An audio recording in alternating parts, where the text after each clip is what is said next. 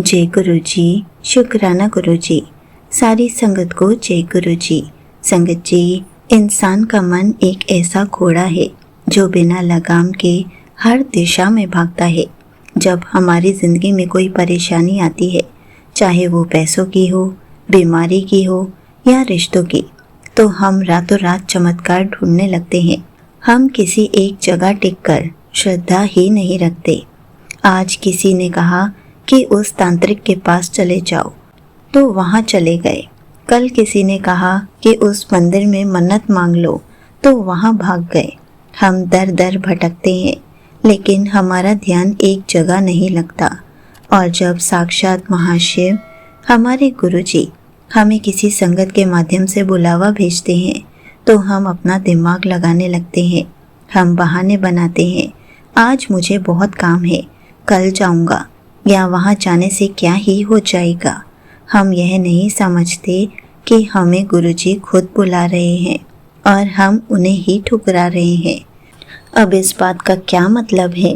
तो चलिए इसी पर एक अंकल जी का सत्संग सुनाती हूँ, जिसमें उन्होंने इस बात को बहुत अच्छे से एक्सप्लेन किया है। ये सत्संग पूरा ज़रूर सुनिएगा, आपको बहुत अच्छे आंसर्स मिलेंगे। संगत जी, मेरा नाम राकेश है और मेरी ज़िंदगी में बहुत बड़ा तूफ़ान आया था। मेरा बिज़नेस बहुत अच्छा चल रहा था, लेकिन एकदम से ठप हो गया। मेरे सिर पर कर्ज़ों का पहाड़ आ गया। इस परेशानी से निकलने के लिए मैंने क्या कुछ नहीं किया। मैं हर जगह भटका, हर उस इंसान के पास गया जिन्होंने मुझे झूठी उम्मीद दी। इसी बीच मेरे एक बहुत पुराने दोस्त ने मुझे बड़े मंदिर चलने के लिए कहा। दोस्त ने कहा, राकेश, एक बार गुरुजी के दर पर चल, तेरी सारी परेशानियां ख़त्म हो जाएंगी। लेकिन मैंने अपना दिमाग लगाया। मैंने बहाना बना दिया कि मेरे पास टाइम नहीं है, मुझे बहुत ज़रूरी मीटिंग में जाना है। संगत जी, गुरुजी ने तो बहुत बार बुलावे दिए, एक बार नहीं कई बार। किसी न किसी रूप में गुरुजी का संदेश मेरे तक पहुंचता रहा, लेकिन हर बार मैं अपने झूठे बहानों में उलझा रहता था। और नतीजा क्या हुआ? मेरा बिजनेस पूरी तरह नीलाम हो गया। मेरा परिवार सड़क पर आ गया। जिस दिमाग का इस्तेमाल करके मैं गुरुजी से बच रहा था, उसी दिमाग में मुझे डिप्रेशन आ गया। जब हर तरफ से दरवाजे बंद हुए और जेब में एक फूटी कौड़ी नहीं बची, तब मैं हार कर रोते हुए बड़े मंदिर पहुंचा। संगत जी, पहली बार जब मैंने गुरुजी के स्वरूप को देखा, तो मेरे आंखों से आंसू ही नहीं रुक रहे थे। मुझे अपने हर एक बहाने पर शर्मिंदगी महसूस हो रही थी। उसी पल उस असीम शांति के बीच दो संगत आपस में बातें कर रही थी कि मैं भी यहाँ अब आई हूँ। हर जगह ठोकर खा खा कर थक गई हूँ। मुझे तो यहाँ पहले ही आ जाना चाहिए था। इधर उधर मुझे भटकने की क्या ही ज़रूरत थी। संगत जी, उनकी बातें मेरे कानों में जा रही थी और मुझे और ज़्यादा शर्मिंदगी महसूस हो रही थी। और मुझे ऐसे लगा कि मैं भी तो यही कर रहा था। संगत जी, उसके बाद मैं लंगर हॉल में गया, लंगर प्रसाद खाया और मैं गुरुजी के स्वरूप को देखता ही जा रहा था। और मुझे ऐसे लगा कि गुरुजी मुझसे बातें कर रहे हैं कि अब यहाँ आया है तो अपना दिमाग बाहर छोड़ कर आ। यह मेरा दर है, यहाँ सिर्फ दिल चलता है। एक जगह टिक कर बैठ और मुझसे बातें कर। संगत जी, मैं गुरुजी को देखता ही जा रहा था और ऐसे लग रहा था कि गुरुजी मुझे डांट रहे हैं। उसी समय मेरा सारा अहंकार और डिप्रेशन एक ही पल में धुल गया। मुझे एहसास हो गया कि जब तक मैं दर दर भटक रहा था, तब तक मेरी मंजिल दूर थी। अब गुरुजी ने मेरा हाथ थाम लिया है। मैंने सब कुछ गुरुजी के ऊपर छोड़ दिया और गुरुजी को कहा कि आप ही अब मुझे संभालो, मुझसे और नहीं हो रहा है। संगत जी, जब इंसान दर दर भटकना छोड़कर सिर्फ एक दर पर अपना माथा टेक देता है, तब गुरुजी हमारा हाथ थामते हैं। उस दिन के बाद से मैं किसी भी ज्योतिषी या तांत्रिक के पास नहीं गया। मैंने जाना बंद कर दिया। मैंने अपना सारा ध्यान गुरुजी के चरणों में लगा दिया। मैंने रोज़ शब्द सुनने और गुरु जी का शुक्राना करना शुरू किया।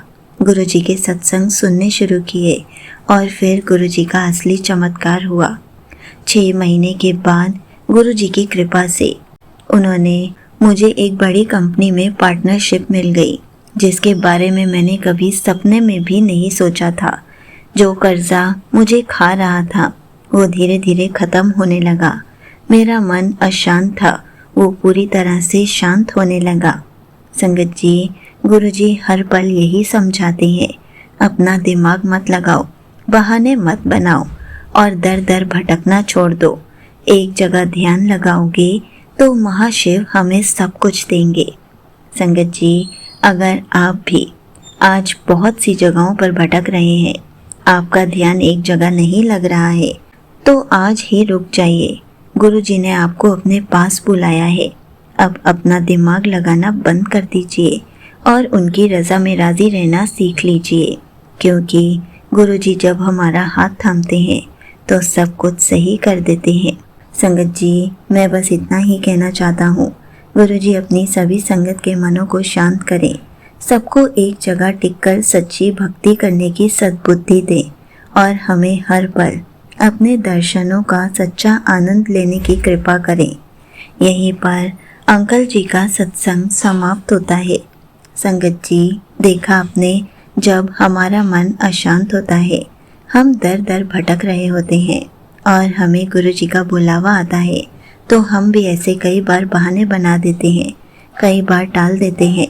बल्कि हमें गुरु जी के बुलावे को समझना आना चाहिए, क्योंकि जब हम एक जगह ध्यान लगाएंगे तो महाशिव हमारे जीवन के सारे कष्टों को दूर कर देंगे। गुरु जी हमें खुद कहते हैं कि हमें अपने दिमाग का इस्तेमाल नहीं करना है, हमें अपना दिमाग बाहर छोड़कर गुरु जी के दरबार में जाना है, क्योंकि जब हम अपना दिमाग लगाते हैं तो सब कुछ बिगड़ जाता है और जब सब कुछ गुरु जी पर छोड़ देते हैं तो सब कुछ संवर जाता है। इसलिए दर दर मत भटकिए, सिर्फ एक ही जगह पर अपना विश्वास बनाए रखिए। अपना सब कुछ गुरु जी के ऊपर सरेंडर कर दीजिए, सारी टेंशन्स गुरु जी के ऊपर छोड़ दीजिए। उसके बाद देखिए कैसे गुरु जी आपकी सारी प्रॉब्लम्स को दूर करते हैं। संगत जी, हमें तो बस गुरु जी के प्यारे प्यारे सत्संग सुनने हैं, हर पल गुरु जी का शुक्राना करना है, हर पल उनका सिमरन करना है, हर पल गुरु जी का नाम लेते रहना है। हमें अपनी सारी प्रॉब्लम्स को, अपनी लाइफ की डोर गुरु जी को सरेंडर कर देनी है। उसके बाद देखिए कैसे गुरु जी आपकी लाइफ को बदल के रख देते हैं, आपकी सारी प्रॉब्लम्स को छू मंतर कर देते हैं। आप बस हर पल गुरु जी का शुक्राना करते रहिए, सिमरन करते रहिए और इधर उधर भटकना बंद कर दीजिए। जय गुरु जी, शुक्राना गुरु जी।